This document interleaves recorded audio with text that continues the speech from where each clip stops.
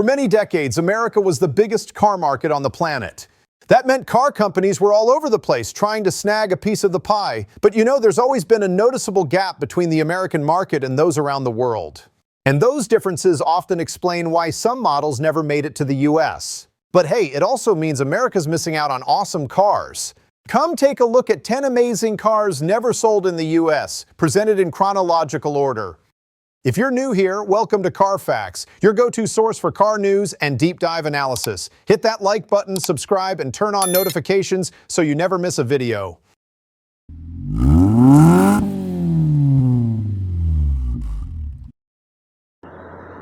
Volkswagen SP2. In the early 70s, Volkswagen of Brazil decided to take matters into their own hands.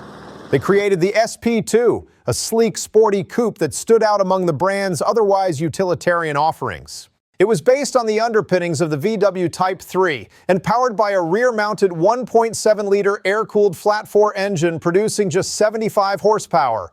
Performance was modest, 0 to 60 in 16 seconds and a top speed of 100 miles per hour, but it was the styling that stole the show. Despite its beauty, VW never considered exporting it to the US. Only around 10,000 were built, and it remains a cult classic in South America. Today, collectors hunt them down not for speed, but for charm, rarity, and originality. Our next car is awesome. We think this hot hatch would have destroyed the American market. Peugeot 205 GTI. Europe's hot hatch wars reached their peak in the 1980s, and the Peugeot 205 GTI was one of the fiercest contenders. Available with both 1.6 and 1.9-liter inline-fours, the latter packed 130 horsepower and could sprint from 0 to 60 in 7.8 seconds. With a top speed of 122 miles per hour, razor-sharp handling, and a curb weight under 2,100 pounds, it was a driver's dream. Sadly, Peugeot's presence in the US was fading fast, and they chose not to bring it over. Today, imported examples are gaining value fast, with clean models fetching serious money from nostalgic enthusiasts.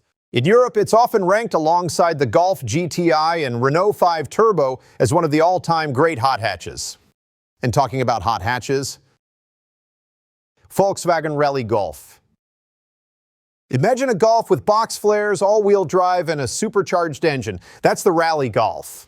Built to satisfy homologation rules for rally racing, it featured a 1.8-liter G60 supercharged four-cylinder with 160 horsepower. It did 0 to 60 in about 8 seconds and topped out at 134 miles per hour. Impressive for a hatchback of the time. It also had synchro all-wheel drive and a unique body kit, giving it serious motorsport vibes. Only 5,000 of these legendary machines were ever built, and although VW tested the waters in the US, the cost was too high for a market that wasn't ready for a $25,000 hot hatch. Today, it's one of the most collectible Mark II Golfs ever made, especially among European rally fans. Audi RS2 Avant. The Audi RS2 Avant was an Audi with a Porsche soul. Under the hood was a 2.2-liter turbocharged 5-cylinder pushing 315 horsepower. It had a 6-speed manual, quattro all-wheel drive, and did 0 to 60 in 4.8 seconds, faster than some 911 from that time.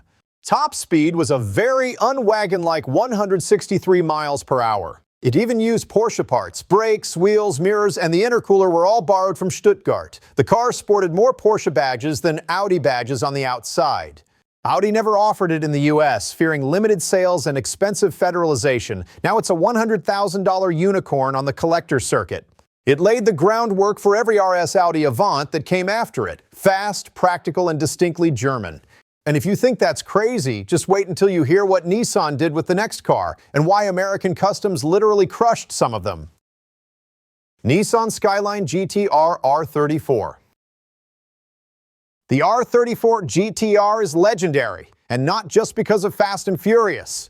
Its twin-turbo inline-6 made 276 horsepower, though many claim the real output was closer to 320. It featured all-wheel drive and four-wheel steering, allowing it to corner like a race car. 0 to 60 in 4.9 seconds, 165 miles per hour top speed, and handling that embarrassed exotics. U.S. laws made it nearly impossible to import legally. Some units made their way to the U.S. through some suspicious means, leading to a crackdown where customs literally crushed unauthorized R34s. Now, under the 25-year import rule, they're finally arriving stateside, but for six-figure prices. Our next car was so exclusive, only Middle Eastern royalty could buy it. Aston Martin LAGONDA TARAF. In 2015, Aston Martin released something unexpected, a luxury limo just for the Middle East. The LAGONDA TARAF featured a 6.0-liter V12 producing 540 horsepower, 0 to 60 in 4.4 seconds, and a top speed of 195 miles per hour. Wrapped in carbon fiber body panels and hand-built at Aston's facility, it was more Rolls-Royce Ghost than Aston Martin Rapide. Only 120 were made out of a planned 200. Price? Around $1 million. It never came to the U.S., where emissions and crash regulations would have made federalization a nightmare. It's one of the rarest modern Aston Martins and a serious collector's item. Alpine A110. A modern revival of a classic rally car, the A110 is a featherweight mid-engine masterpiece. With just 2,400 pounds to push, its 1.8-liter Turbo 4 generates 252 horsepower and gets it to 60 in 4.5 seconds. It has a top speed of 155 miles per hour and driving dynamics that rival a Cayman for less money. But Renault has no dealer network in the US, making sales impossible. Enthusiasts keep begging for it, but unless Renault returns to the States, it'll stay forbidden fruit. It's already spawned several special editions, including the more hardcore A110S with 300 horsepower. Our next car is as tough as a Mercedes G-Wagon, believe it or not. Suzuki Jimny. Boxy, adorable, and unstoppable, the Jimny is like a mini G-Wagon with none of the luxury. It makes just 100 horsepower, takes over 12 seconds to hit 60, and tops out around 90 miles per hour. But off-road, it's a beast. With a ladder frame, solid axles, and low-range four-wheel drive, it's made for mountain trails, not freeways. Expect no luxury inside, but it comes with modern amenities, such as Apple CarPlay and modern safety tech. U.S. crash standards and consumer expectations made Suzuki skip the market entirely when the brand was still in the American market. Demand from American enthusiasts is so strong that some companies are offering gray market imports and conversions. BMW M3 Touring.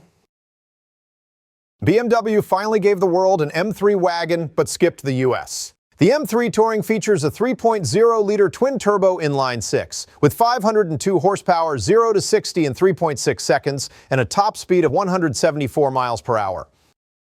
It combines blistering performance with wagon practicality and still offers rear-biased handling with xDrive. But BMW says Americans don't buy wagons, so they kept it for Europe and Japan. Enthusiasts in the States were left drooling again. Ironically, it would have made the perfect family track car for the American suburbs. Renault 5. Europe's coolest new EV? The reborn Renault 5. Retro styling meets modern tech in this compact hatch that weighs around 3,200 pounds. Depending on trim, it offers 120 to 150 horsepower and a real-world range of 200 miles. 0 to 60 times hover under 8 seconds, and it's perfect for city life. But again, Renault hasn't sold cars in the US since the 80s, and that's unlikely to change anytime soon. If it were available stateside, it could have been the budget answer to the Mini Electric or Fiat 500e. And you? Which of these cars do you wish you could have seen cruising down American highways? Let us know in the comments. And if you're enjoying our content, hit that like button, subscribe to Carfax, and stay tuned for more deep dives and hidden gems. Thanks for watching. See you on the next one.